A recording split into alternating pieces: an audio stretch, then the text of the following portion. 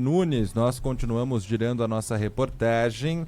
Luiz que vai falar sobre as novas regras da CNH, mas com já os resultados. Tem mais gente procurando, tem mais gente indo atrás de tirar uma CNH agora com os preços mais baixos.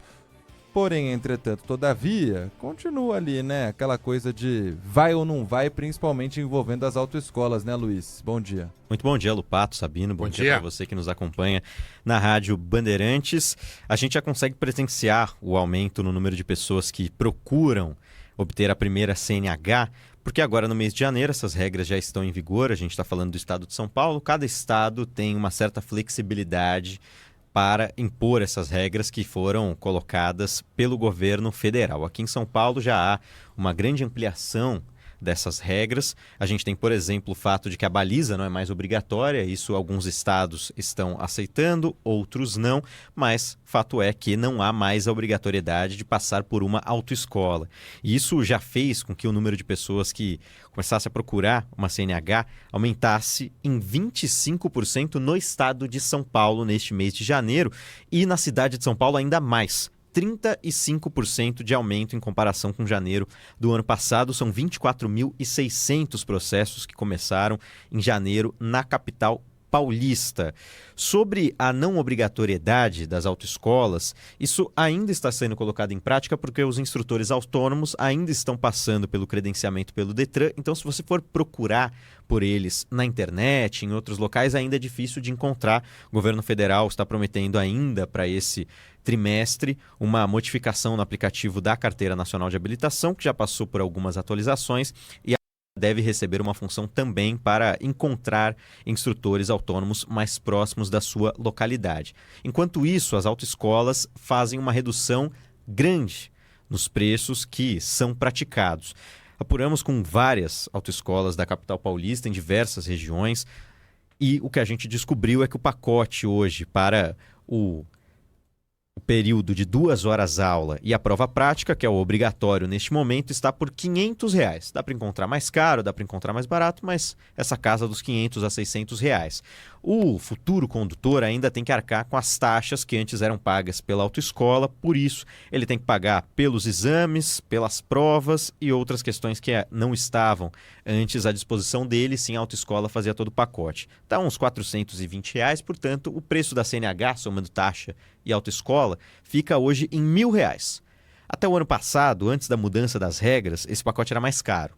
Envolvia mais coisas, mas era mais caro. Ficava entre R$2.000 a R$2.200 para você fazer as aulas teóricas, a prova teórica, as 20 horas de aula que eram obrigatórias práticas e também a prova prática.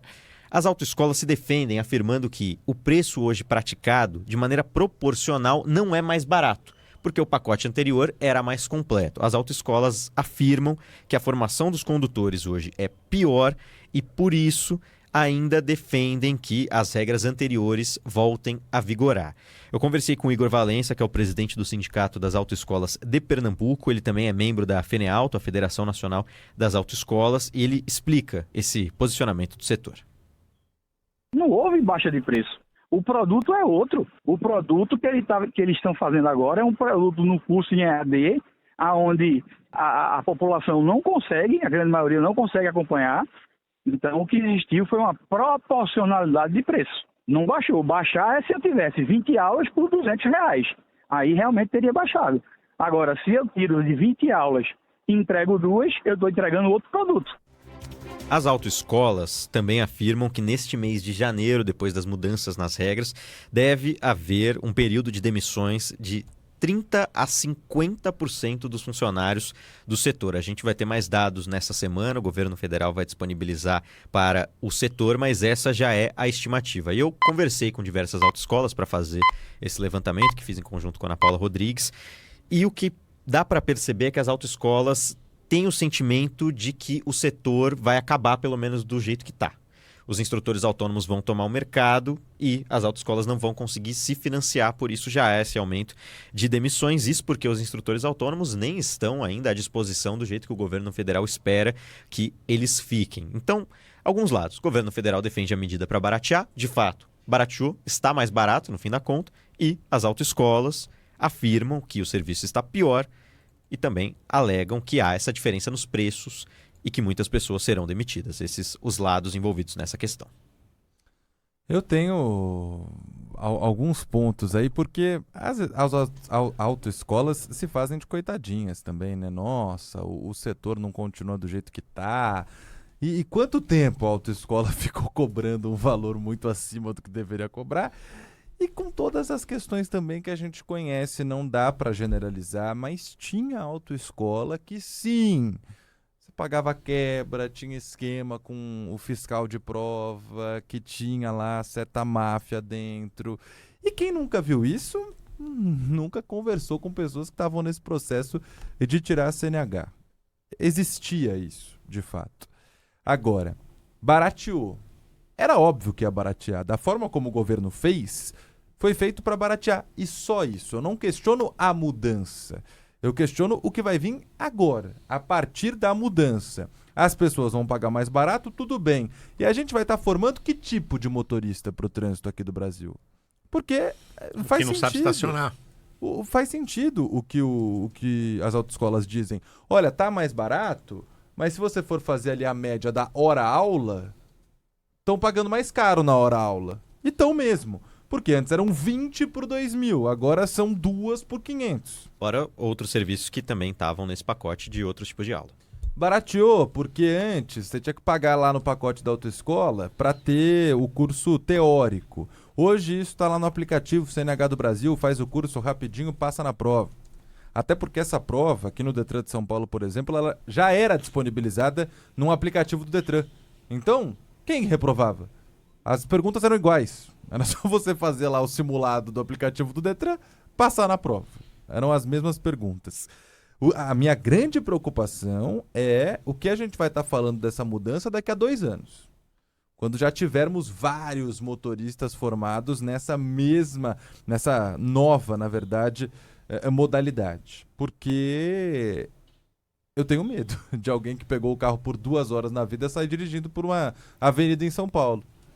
Pegar uma 23 de maio às 6 da tarde. Que ontem a gente estava aqui colocando o áudio de ouvinte, motorista experiente, que sofreu acidente, que quase bateu o carro, na loucura que é o trânsito de São Paulo. Imagina só agora com esses novos condutores. E detalhe, como ficar mais barato incentiva também a população. Então teremos muito mais, né, nas ruas, não só aqui de São Paulo. Certa vez me disseram que no trânsito você dirige para você e pelos outros, né? Quer dizer, você tem que ficar às vezes mais de olho no que os outros estão fazendo do que no seu próprio caminho. Agora imagina com os motoristas sem a devida habilitação, né? Você não pensa quando passa perto de um carro de autoescola que tá dando aula pra alguém, sabe? Você não pensa, tipo, deixa eu passar esse carro logo? Quem nunca fez isso, né? Porque a pessoa tá aprendendo a dirigir. Você para atrás de um carro de autoescola num barranco, dá um medinho, né? Você fala, será que vai acontecer alguma coisa? Acontece isso. Imagina quando não soubermos se é um carro de autoescola ou não, se a pessoa acabou de tirar a carta com 2 horas de direção. Eu nunca vou ser contra uma mudança, principalmente quando a gente fala em democratizar o acesso à CNH. Mas a forma como foi feita é no mínimo questionável e a gente só vai sentir esse resultado a longo prazo, né? Há uma questão do próprio Ministério dos Transportes. Claro que o governo federal vai utilizar isso nas eleições. Se não fosse utilizar, não teria mudado, por exemplo, o nome do aplicativo para CNH do Brasil com um logotipo que lembra o próprio logotipo que o governo federal usa. A gente precisa lembrar o histórico. O ministro dos Transportes, Renan Filho, anunciou uma medida tão importante como essa durante uma entrevista à Folha de São Paulo, sem ter consultado ainda todos os órgãos de trânsito e dando informações que naquele momento não condiziam com a verdade. São informações que depois o próprio governo federal teve de trabalhar a comunicação para alterar o que era dito para a população para, de fato, o que foi colocado em prática agora. Tanto que depois dessa entrevista, o próprio Ministério ficou um tempão sem falar com ninguém, né? Não respondia ninguém. A questão da baliza e os carros automáticos, a gente descobriu em larga escala pelo Detran de São Paulo. A própria medida do governo federal, a comunicação, as entrevistas, não diziam sobre essa questão. E o ministro Renan Filho fala em todas as entrevistas coletivas sobre um dos objetivos. Um objetivo, baratear. Esse era fácil de resolver do jeito que foi. O outro era de que menos condutores dirigissem pelas ruas sem a habilitação. E é um problema que parece que a solução, de fato, foi ter facilitado a Carteira Nacional de Habilitação sem que houvesse uma contrapartida, que essas pessoas aprendessem de fato a dirigir. A autoescola tem os problemas que tem, mas o governo federal tinha como objetivo fazer com que diminuísse o número de pessoas sem a carteira de habilitação. Resolveu de uma maneira fácil. Não sei se resolveu de uma maneira, de fato, eficaz para o trânsito de São Paulo. Essas entrevistas do ministro Renan Filho sempre trazem pontos que depois são debatidos, porque, de fato, o governo federal vai utilizar e vai utilizar bastante essas mudanças para as eleições deste ano. Você falou tudo, né? Infelizmente, essas coisas absurdas acontecem em ano eleitoral, né? É isso. Agora, tem sim essa questão de corrupção dentro das autoescolas, dentro dos Detrans. Para mim, há muito tempo já deveria existir uma força-tarefa de fiscalização de pente fino em todos esses órgãos e instituições para que terminasse isso. Tem gente que sofre, fica 5, 6 vezes para passar na prova, porque quiseram que a pessoa ficasse 5, 6 vezes para passar na prova. E é só isso.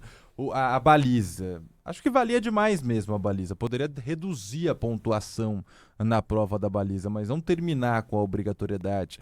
Tudo é questionável. E aí o contraponto a isso é de quem defende que sim, tem que ser uma coisa livre a obtenção da CNH, é que nos Estados Unidos já há muito tempo é assim, a pessoa vai lá, dirige com os pais, aí depois vai fazer a prova com o próprio carro, automático, dá uma volta lá dentro do condomínio, passou na prova, tem a CNH.